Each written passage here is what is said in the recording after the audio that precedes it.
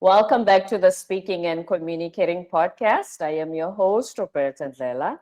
If you are looking to improve your communication skills, both professionally and personally, this is the podcast you should be tuning into. Communication and soft skills are crucial for your career growth and leadership development. And by the end of this episode, please log on to Apple and Spotify. Leave us a rating and a review in what you'd like for us to discuss on this podcast. Now, let's get communicating with Shelley Howard, all the way from Southern California, joining us today to help you not only be college ready, but graduate debt free instead of begging for student loan forgiveness. So let's welcome her to the show. Hi, Shelley. Hi, Roberta. Thanks so much for having me. Thank you for being here. Welcome to the show and tell us a little bit about yourself. So, I have had the opportunity of being a fifth generation from Southern California, and I have four children, two boys and two girls, an Italian exchange student, and a Ugandan goddaughter. So, I love helping and inspiring teenagers all over the world. I enjoy traveling, and most importantly, I love what I get to do every day. That's one thing we have in common, the traveling, because this is the third country I live in. I don't seem to stay in one place. So welcome. Before you started College Ready, which we'll talk about in detail, what did you do after you graduated college? That's a wonderful question. So, backing up a bit before that, I changed my major 5 times. So, I was a little bit confused in college what I wanted to do. And now I completely understand why is I'm an entrepreneur. And most entrepreneurs just don't quite fit into a box, right? We're a little Right. bit, it's a little more creative space. So when I graduated from college, I graduated with honors in communications. And ironically enough, your show being communication, Communication podcast. I find that fascinating. I absolutely loved my major. I remember asking the teacher, wait, I get a grade for talking? This major is brilliant. And of course, it was way more than just talking, but it did resonate well with me. And so when I graduated, I knew I wanted to go into sales and ultimately own my own business. And I thought the best way to start preparing for that is learn how to sell, learn how to manage, learn how to communicate, both selling and receiving. And so I started straight out of college as a sales manager for Procter and Gamble, and I was selling CoverGirl makeup. Mm, nice. Yeah, so it was an interesting launch. Not something I had planned to, but I knew I wanted a Fortune 500 company to train with. And so I stayed with them for 8.5 years before I started my first business. And now College Ready is the seventh business I have started, and I think it will be my final. I really love it. You really are an entrepreneur and nobody can put you into one box. So, first of all, let's talk about the changing majors 5 times aspect. We hear a lot of people doing that because it seems as though a person might graduate high school even with honors, valedictorian, but sometimes they are not even sure what it is that they want to study. They may think, okay, I signed up for this degree for engineering and I changed my major because I like something different. How should you determine, and is it possible to determine what you really love so you go straight to it instead of changing majors? I love that. So absolutely the answer is yes, you can. My firstborn, he knew in 8th grade and he stuck to it the whole time. My secondborn, she knew in about 9th or 10th grade and she stuck to it. And my second two are in the same position. I have a program in College Ready, and it's called See Our Future Now, where I'm a certified career coach. And what that means to our students is we start with their gifts, their talents, their core values, and their advocacy. Then we help them by asking them, do you like this or that? Mm. From there, we guide them into, does this sound like something you would enjoy doing based on your skills? We can then show them what career path they could take, what majors funnel into that career path, and we can even show them if a robot will be doing their job in 5 years. That's a big one. Hello, ChatGPT. Yeah. Because yes, those are some of the bigger fears right now. And just a caveat to that, we are not saying, I don't know if you agree with me, but we are not saying that a person should box themselves. No. Yeah. Yes. But The at least have some form of direction, especially when you go to college, because we're going to talk about the financial aspect of it. Changing majors, you keep paying and you keep paying for new classes, and that's what we're addressing here. Yeah, that's a big part of our program, is helping students understand if they plan now, they will pay less later.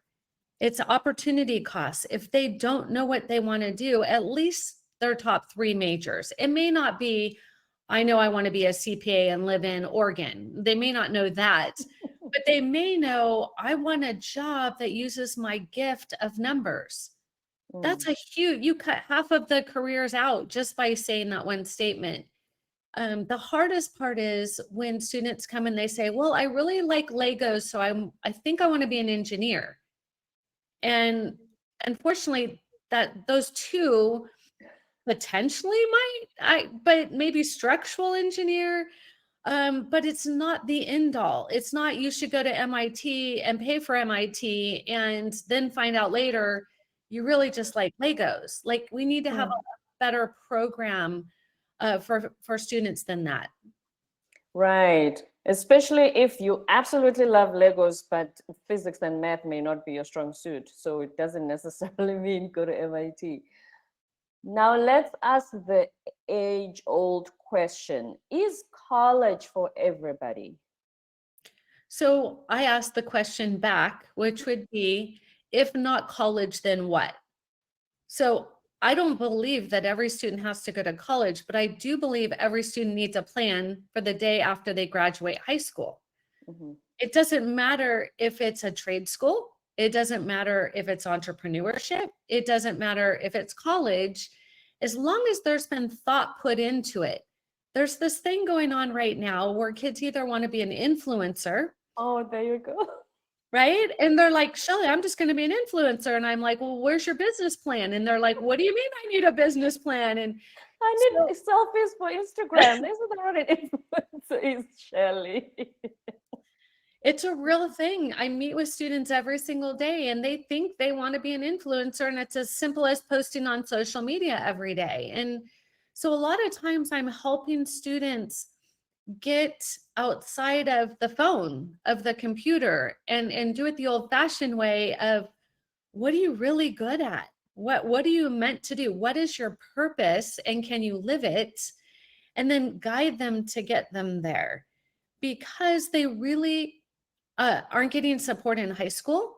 And a lot of times they think they know what a parent wants them to do, and they may not want to do it. So they just don't want to talk about it. And so when I start working with students, I had a student last night who told me she just wants to marry a hot Italian guy and not worry about it. I'd love that. And I'm like, wow, I really missed out. So it's very fascinating what these students, and I asked her, I said, have you met this Italian guy? And she goes, yeah, he's on the cooking channel of TikTok. And I'm like, wow, I don't have anything to say about that. Like, you stumped me. And so it's a different challenge than it was just 5 years ago. It's a new challenge of everybody's living in a world where they think everybody has it all figured out and they're living this perfect life and nobody wants to make a mistake. And so I get to be the gentle reality of saying, that's a great plan A, but let's talk about plan B and plan C in case you don't want to be, on your knees doing pipe work for plumbing when you're 60. It sounds okay when you're 20, but when you're 60, you might want to own a plumbing business and have other plumbers working for you. That's right. So there's not one path. I can't put everybody in a box and say everybody should go to college. I don't believe in that. Both of my parents didn't go to college and they are very, very well off. So it's not a belief in success for me. It's really, where do we meet that student and how do we support them so they live their best life? Mm. So, Shelley, you're the buzzkill when all of us want to be influencers and marry hot Italian guys. But here's the thing. That If would be me. I, I like that. I like her. But if I establish, which is something also grown-ups struggle with, if I am able to establish my purpose, my, what kind of exercises can I partake in, quizzes or something to determine what is my purpose? Because some of us are still asking ourselves this in our 40s. I totally understand. I've had many adults ask to go through my program, so I know that is a true fact. What I will tell you is we start with assessments to get students to start thinking about who they are and what matters to them. Most of them only have a reflection from the phone or the computer, and they don't truly have the depth of who are they, what matters to them, what is their purpose, and how they're going to live it. And I think some adults go into adulthood still kind of drifting. So I tell adults, I said, wouldn't you love the gift of by the time you were 18, somebody sat down with you and unpacked what does it mean to want to influence others? What career would be great if you love influencing others? What career would be good if you don't like people? Mm. Real things that we should be talking about. And unfortunately, they don't in the high schools at all. Families try, but they often say they're teenagers and they won't talk to me. Teenagers tell me everything. And I think it's a little bit because I speak their language. Mhm. I've never met a teenager I don't adore. And so they may sense like it is a safe place and there's no judgment. I just want them to be happy. I don't think it matters what the name of the career is, as long as if they want to buy a new Ferrari every year, they can't be a botanist. Like there has to be some alignment into what they want on a monetary side. Because if they want to just go into the Peace Corps and drive the same car for the next 20 years and that'll make them happy, who am I to tell them that that's not a good plan? But they need to know if they go to the Peace Corps that they don't get the Ferrari every year. That's That's right. where the disconnect is coming. Mm. That the price you pay for whatever it is that you want to achieve, that everything has a different price, and those results you will get from paying that price for the Ferrari or for a simpler lifestyle, if that resonates with you. And that's why we always say success means different things to different people. For sure. Hmm. And then let's talk about the parental side of it. Every parent wants the best for their children. If if do you have clients, teenagers who say, my parents are saying I have to go to college to have a bright future so they don't worry about me, but I don't want to go to college, I have a different plan. Can you convince them, Shelley, please, to say, I'm not going to college? It's an interesting thing. I've had parents who have called me and say, you need to convince my child that they need to be a doctor, a lawyer, engineer, and that's all there is. You need to do that. And I can't do that. That does not align with my values. But what I do help students understand is their parents are concerned that they want them to be successful and provide for themselves. And if I come at it from a place of understanding what that looks like how much money do they need to live the life they want to live? That's the number one disconnect. Students don't have an idea how much electricity costs, gas, paying rent. There's a massive disconnect there. And so they don't understand why they have to go to all that school, and they don't understand why they have to work as hard as their parents because they have a great life the way it is. Yeah. So And especially if the parents are providing the life, it surely is great. and I tell parents all the time, if that's the case, stop buying groceries, stop driving them places, stop giving them a cell phone, like stop all of those luxuries, and they'll have a really good idea of how challenging life can be if they don't pick a path that's going to set them up for their future. You remind me when I was 19, I had been doing university 2 years in full time, and then I finished through part-time evening studies back home. I worked for an engineering firm. My first job, and it wasn't a big paycheck. I hadn't even graduated yet. I remember my parents sitting me down, and I hated them, Shelley, trust me. Sitting me down and saying, out of my salary, this is how much I'm going to pay monthly as part of the bills of the house. Not that they struggled, which is another part I didn't like them. I'm thinking, you don't need my money. I need my money. I need my money. What is wrong with you, mom and dad? But you know what? 2 years later, the company transferred me to the head office in another city where I had to find my own apartment, sign my own lease for the first time. And that training from home of getting used to paying for stuff, it wasn't so hard when I got there because I was used to paying. But it was painful at first, I'm not gonna lie. And it's tough. Being a parent, nobody said was easy. And I tell parents this all the time. Like when we signed up, nobody said like, oh, here's the easy path. But if we want our kids to turn out and be successful adults, sometimes we have to do the hard thing. And that is helping them understand that at some point it's going to be healthy for them to move out of our home and to start their own life. And what kind of job will provide for them so they will always have enough to live on. So they don't come back to my basement. I'm sure that's every parent's concern. Now let's talk about when you finish high school and you want to apply to go to college, because you help with being college ready. First of all, the college admissions process. Are test scores the only things that count to go to your preferred college if you want your Harvard, Stanford levels? Or is there more that you need to be in order to, because we've even seen stories at like Fox News, I think there was the one that went viral where the guy said, I had a perfect SAT score, I still didn't get admitted to your Ivy League, so to speak.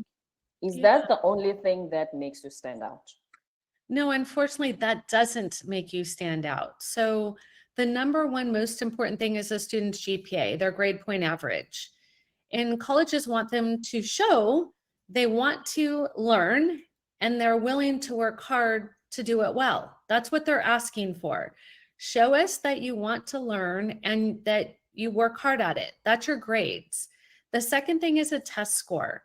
But those two things, remember, somebody will always have a higher GPA and a higher test score and a lower GPA and a lower test score.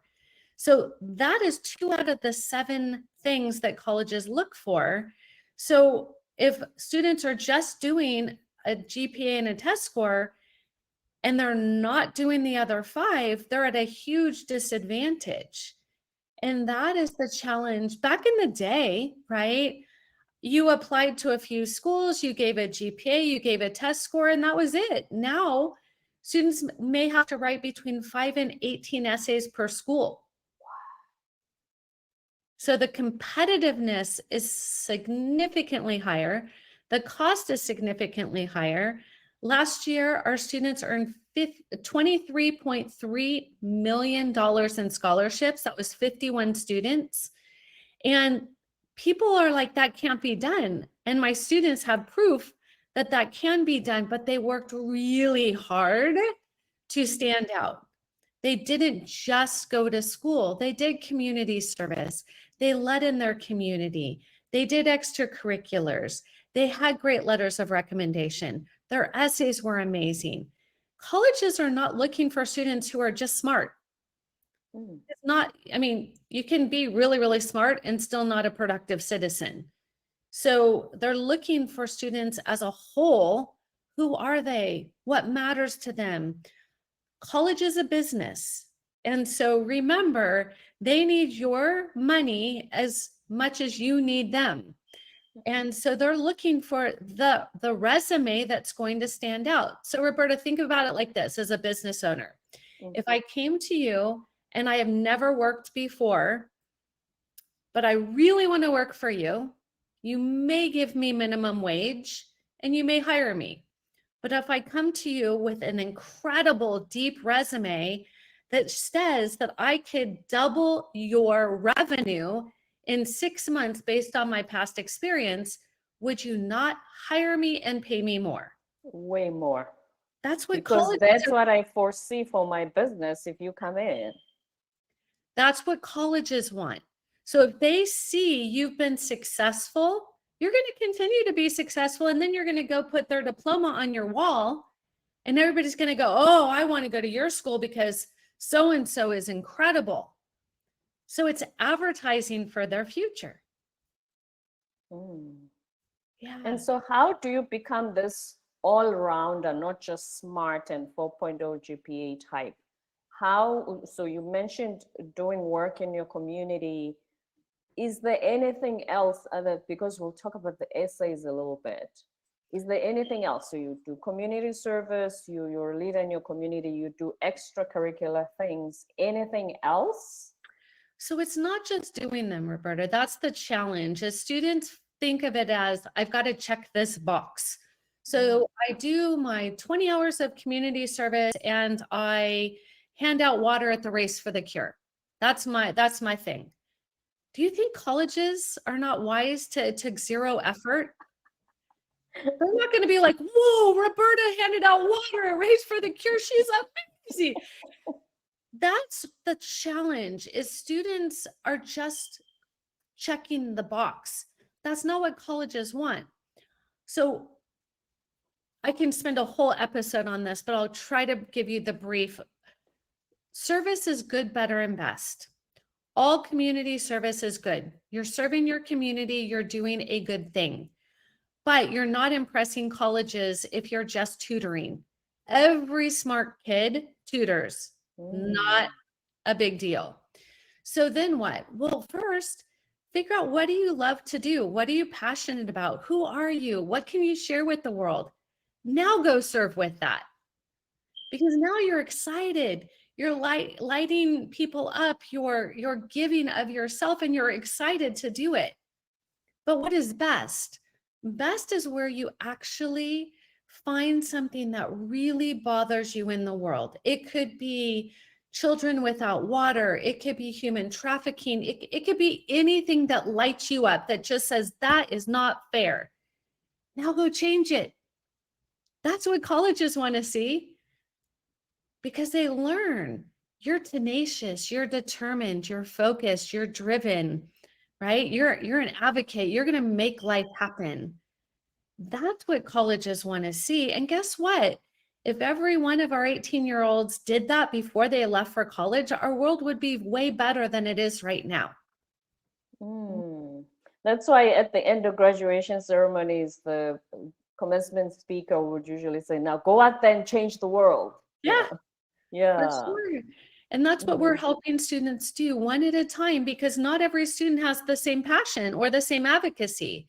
Right now we have a program called empowereducation.world, where students from all over the world that are part of College Ready are building classrooms in Uganda. So when I was there in February for 17 days helping entrepreneurs, I saw there's a huge need, because when young girls start their menstrual cycle, they're considered unclean and they can't go into the village schools. I know, it's terrifying, right? So when I left, I came home on fire to change that, because it's not something that little girl asked for. It just happens. And so I got really excited, and I was telling my students as I was meeting with them, and they're like, let's go do something. And now 37 kids and myself have built 3 classrooms for young women to be able to attend school when that happens. So we're changing lives literally by getting them education so they can go out into the world and make a difference. That's community service on a whole nother level. And kudos to you and your students for doing that. Now let's talk about the essays. You say that you help your student clients stand out. If you think about it, when you're an admissions officer at Harvard, doesn't every essay sound the same by now? It doesn't, unless a student talks about COVID or a student talks about mental illness, because those are the two most overwritten subjects. And I don't make fun of them at all. I'm not brushing them like it's not a big deal. It is a big deal. But can you imagine an admissions reader reading hundreds? I couldn't because of COVID. I couldn't do this. I couldn't do that. Okay, well, there were students who still did. They did it safely online from the comfort of their own home. We have 100 passion projects that we help students do during COVID. So they were still serving their community safely. So to answer your question, you would be amazed at some of the incredible essays. We have a student this year who wrote about his love of playing the piano and how he related that to what it must feel like to have the perfect surgery as a surgeon. And he did a compare and contrast about his two loves of what he really wants to do in life. And it just was powerful. Like, you got to know this young man and what he was all about and what he valued and who he wants to become. And it was brilliant. So there are some amazing essays out there that are, I mean, several years ago, a student wrote about his visit to Costco and all the free samples, and he got into an Ivy League. So it can be something simple. It doesn't have to be this profound, world-changing. So if I don't have the profound, world-changing experience, I don't know what to write on my essay anymore. Right. So think about this. If you're just tutoring people, and again, that's not a bad thing. That's a nice thing, but you can't write an essay about it. But you can write an essay about building 3 schools in Uganda so the young ladies can continue their education. That's how essays are built. It's by doing and experiencing and stepping in to something bigger than themselves. If they have nothing to write about, that just means, unfortunately, they didn't have a lot going on in their teen years. And that's a shame in itself. I'm South African, and I have a South African friend who was taking care of kids in a family here in America as an au pair. And she said when she first came to them, because, you know, obviously she had been a student, so the kids are young, she thought, okay, do you need my help with the homework and everything? The mom said, I have that covered. What I need you to do is teach them things that the American school system is never going to teach them. And she thought, but what? And the mom said, you were from South Africa, right? Apartheid ended when I was 18 and she's my age. So the mom said, teach them about that.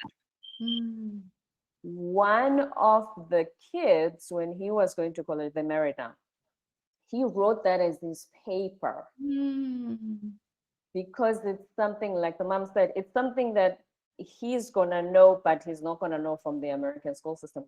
So sometimes having this global outlook, instead of just regurgitating what you learned at high school, in your own school system, it also helps as well, because that's what made him stand out when he was writing his essay, something that probably, I'm sure anybody was applying that didn't write about.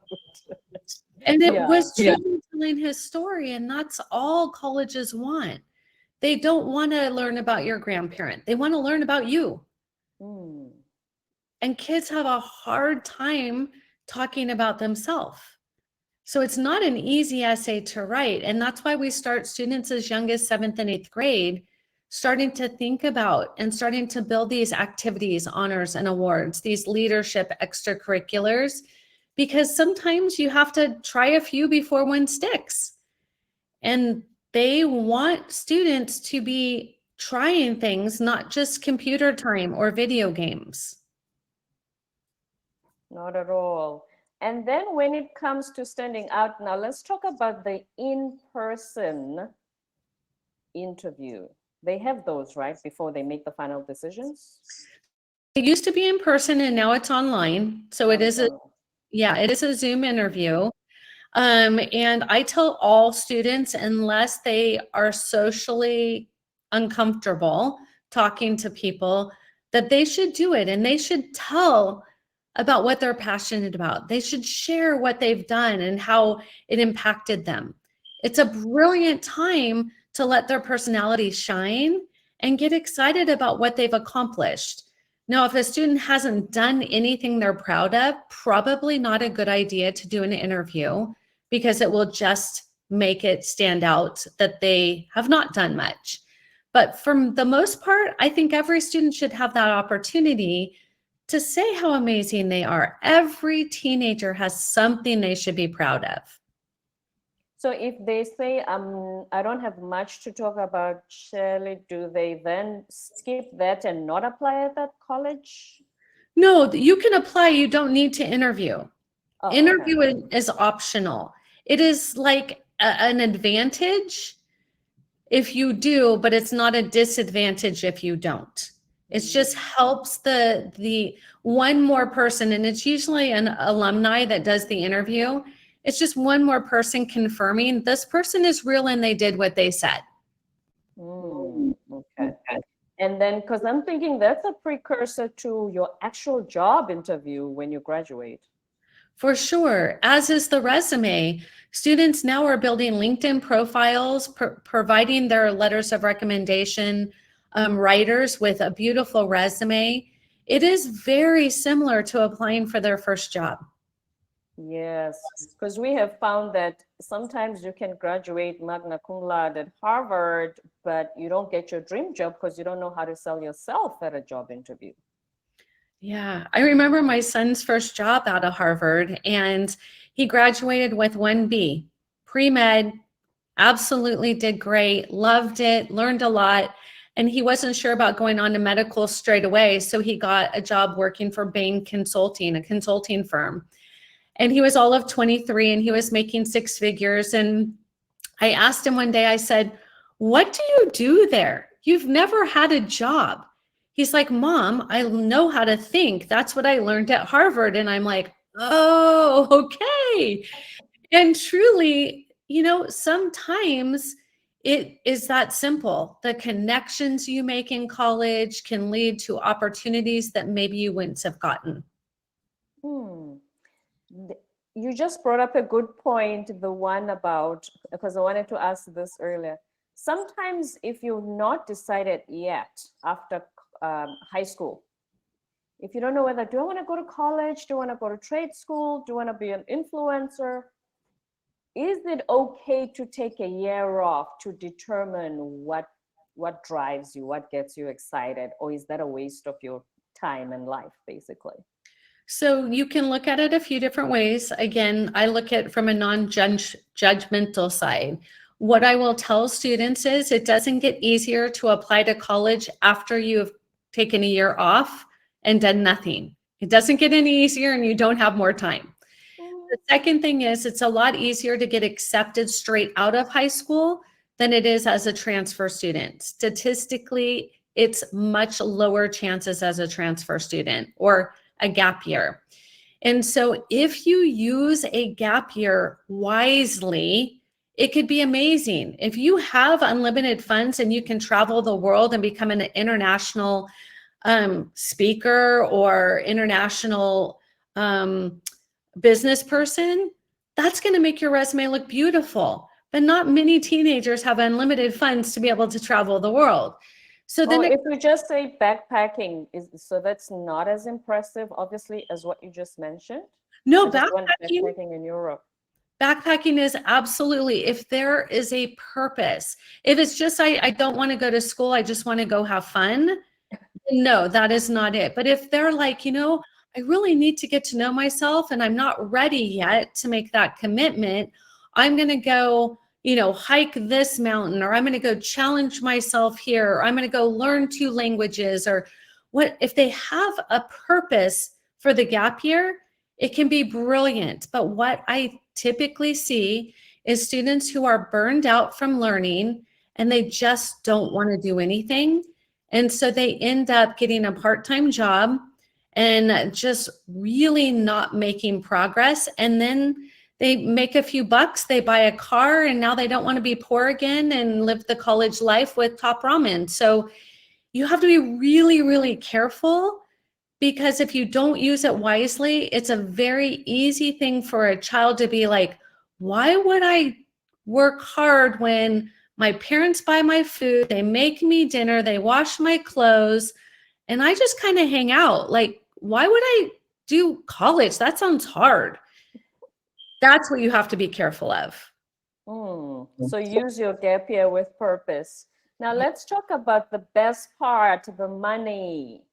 We have talked about essays on how to impress the admissions officers to let you into your chosen university or college. But now let's talk about how do you apply for the funds and for be it a college or a company. I don't know if it works the same way here as well, because back home, you either get funded by a college scholarship or a company that you will then have to work for after you graduate for a limited period if you so choose.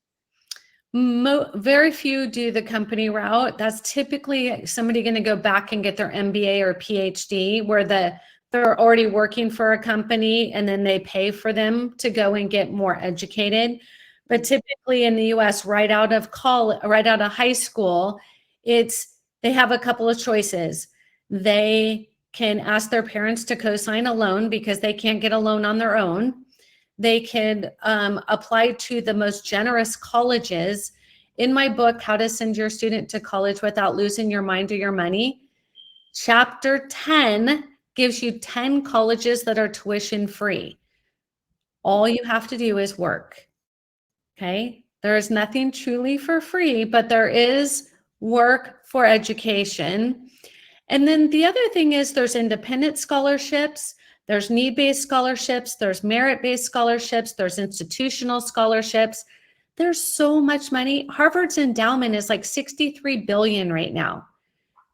They have enough money to take care of all this, but they only want to spend it on the students who are working hard and proving that they're going to be the next Nobel Peace Prize winner or somebody who's going to be impacting the world. That's who they want to associate with, and that's who they're willing to give money to. Those are things, there's plenty of money. If a student says, I don't want to go to college because I don't want to go into debt, that just means they don't want to work to get scholarships to not go into debt. So that's the challenge. My firstborn did debt-free out of Harvard. My secondborn did debt-free out of Alabama. And so I've proven it several times. I have a student right now who is at Vanderbilt, not one of my own children, but a student from College Ready. And she started as a sophomore and she got a full ride all the way through her master's program. So, but she worked really hard. I'm not going to say it was an easy process, but nothing in life is free and easy. It's a price to pay. And we even mentioned it earlier that there's always a price, even if it's not money-wise, but yes, the work. So if you're willing to put in the work, then the colleges can spend their scholarship funds on you. So you graduate debt-free. Because look at all the student loan forgiveness.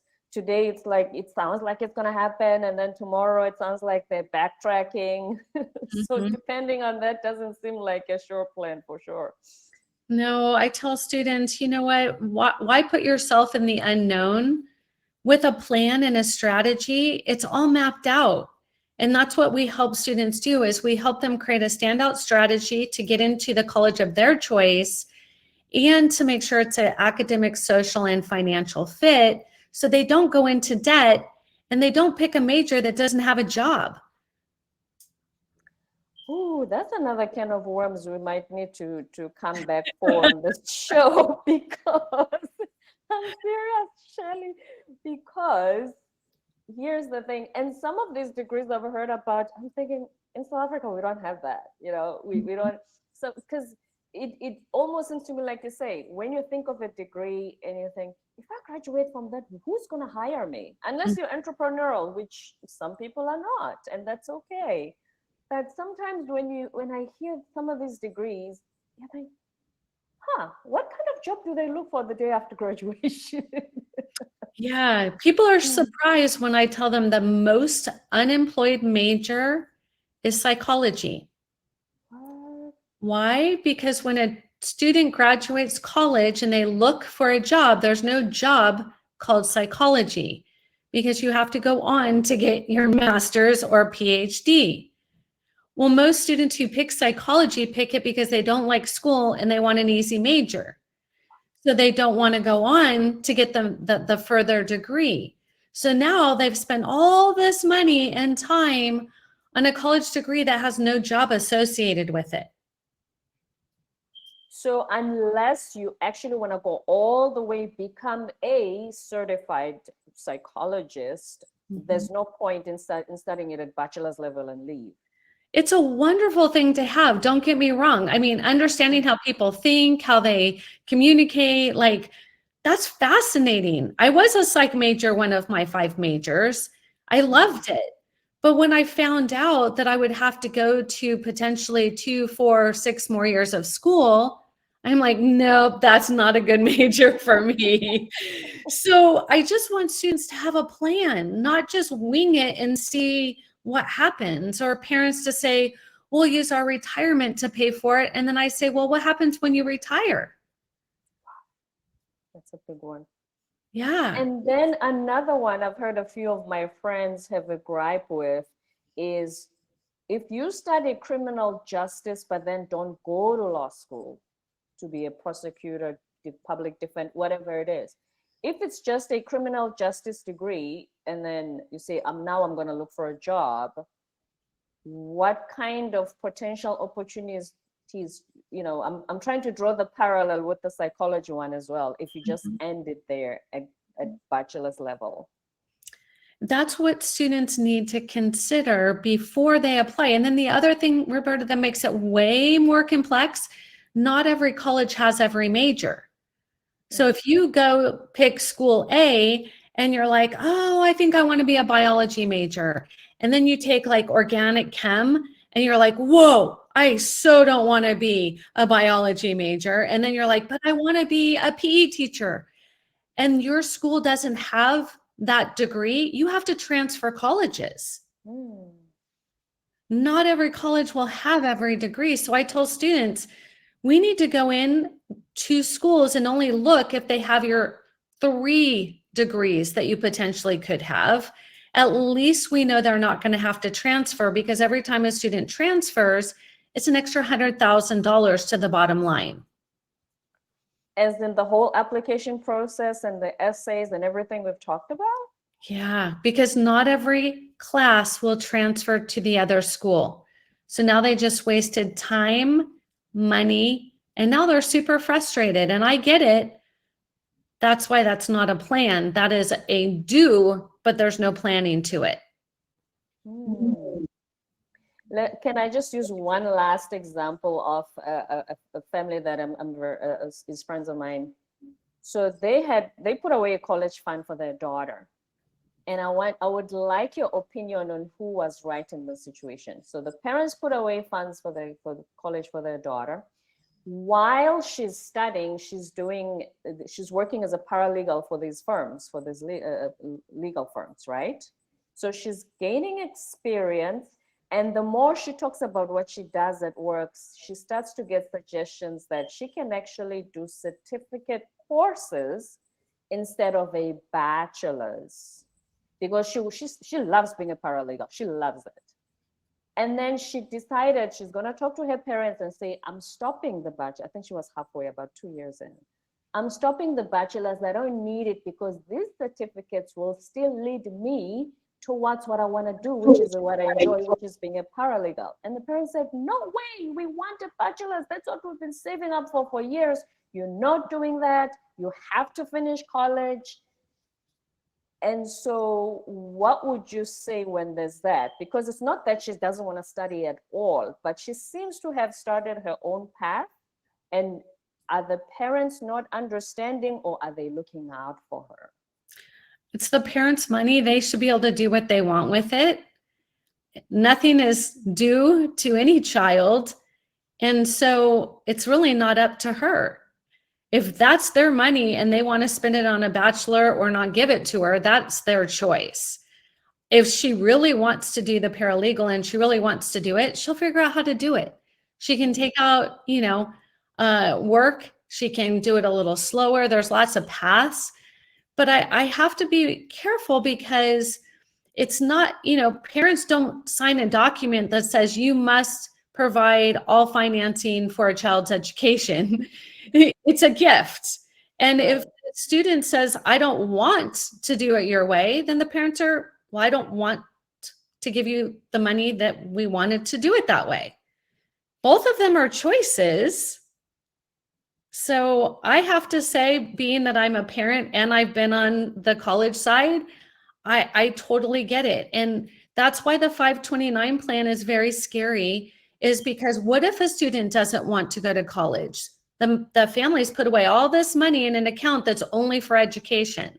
And it's very dangerous. There's so many better opportunities to finance or to put money away for education. And so we help educate families on the FAFSA, the CSS profile, the SAI, expected family contribution. In the US, it is very challenging to complete all the forms properly to get to the money. And so we help our families to navigate that, because 71% of the families who complete the forms do it wrong. And that's why they're not getting scholarships. Oh, that's a very big one. Yes, because like you said in your book, you want to graduate debt-free without losing your money or your mind. So what is one last tip you can give the students and anyone listening if they want to graduate debt-free to prepare themselves? Do not leave it up to your 17-year-old. They have no concept of $300,000 in debt. They don't even have a clue what that means.